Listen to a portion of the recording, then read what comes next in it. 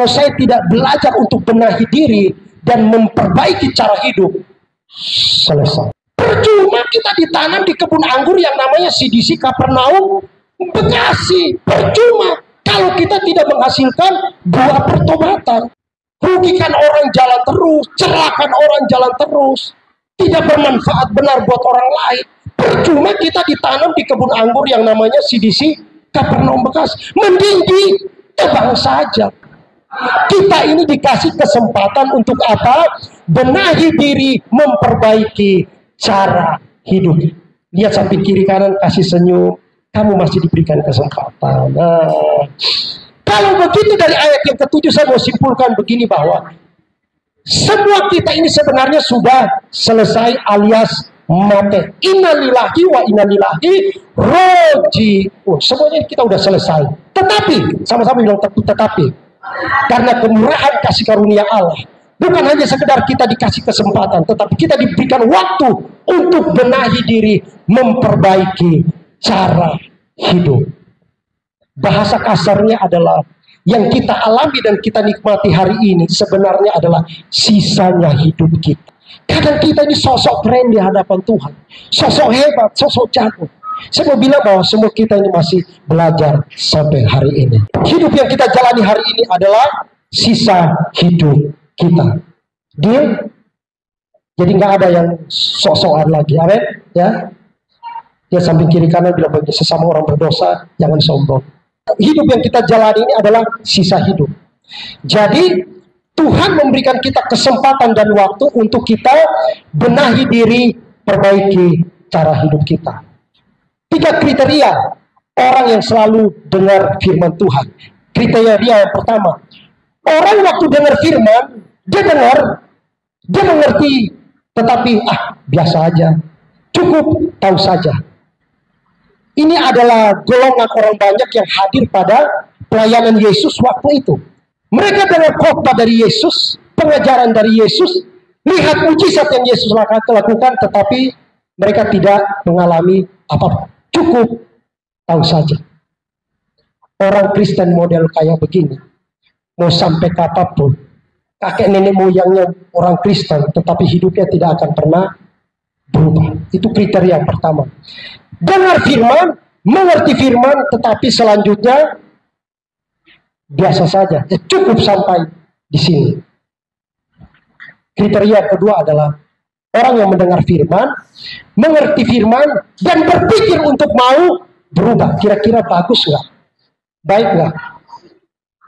Mendengar firman hari Minggu, dengar khotbah hari Minggu, terus mengerti. Terus dia berpikir untuk mau berubah. Kira-kira baik nggak? Baik banget. Baik banget. Tetapi, cuman berpikir doang mau berubah, tetapi tidak mengambil keputusan untuk berubah. Sama halnya dengan Tapi kriteria yang ketiga adalah orang yang dengar firman, mengerti firman, segera ambil keputusan untuk praktek firman, lakukan firman. Lihat, hidupnya pasti akan berbeda. Bapak Ibu Saudara, kriteria orang Kristen yang mana? Dengar firman, mengerti firman, segera ambil keputusan untuk bertindak, praktek, itu namanya pelaku. Tidak hanya sekedar menyimak firman, tidak sekedar hanya menonton, tetapi kita menjadi pelaku. Waktu lalu saya beritahukan kepada Bapak Ibu Saudara. Saudara tahu, Zakeus berbeda dengan orang-orang yang ada di kota Yeriko waktu itu.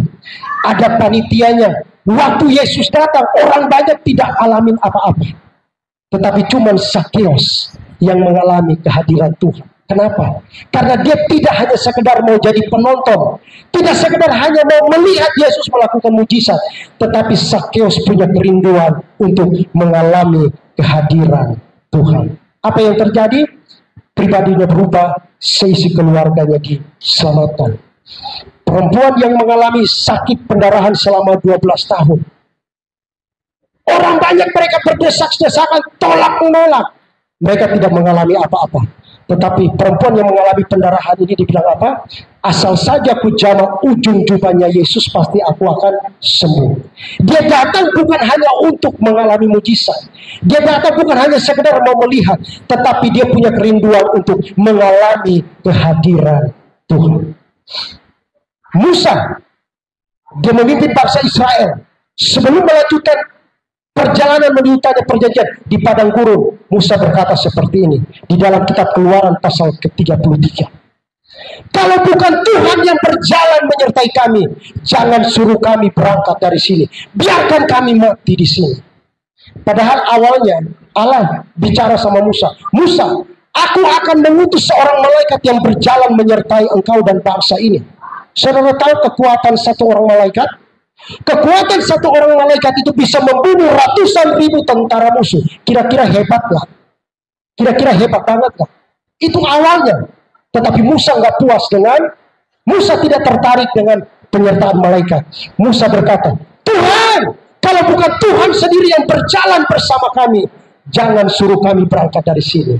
Itu menandakan bahwa buat Musa, kehadiran Tuhan jauh lebih berharga, jauh lebih hebat daripada malaikat yang diutus oleh Allah. Berapa banyak Bapak Ibu Saudara yang mau mengalami kehadiran Tuhan di dalam hidupmu? Apapun sakit, penyakit, persoalan, pergumulan hidup yang kau alami, jangan sampai kehilangan kesadaran akan kehadiran Tuhan.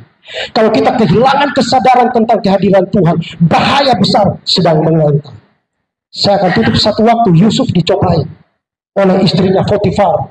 Dari hari ke hari, dengan berbagai macam cara, dengan berbagai macam strategi. Yusuf berkata seperti ini, bagaimana mungkin aku melakukan dosa yang besar ini di hadapan Allahku, padahal Allah itu tidak terlihat.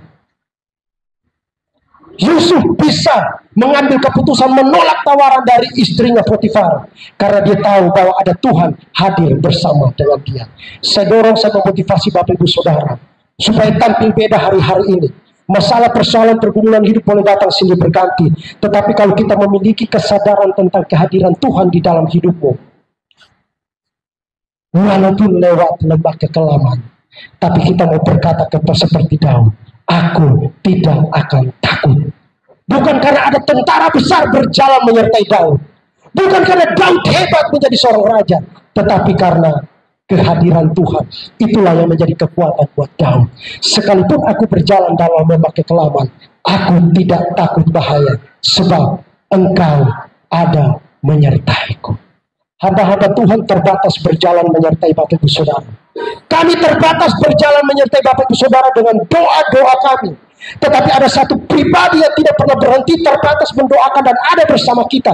Dialah Allah Immanuel, Allah yang kita percaya, Yesus Kristus Tuhan dan Juru Selamat. Dia selalu ada bersama dengan kita, ada berjalan bersama kita, dan dia berkata, aku sekali-kali tidak pernah meninggalkan engkau. Selamat siang, God bless, Tuhan Yesus memberkati.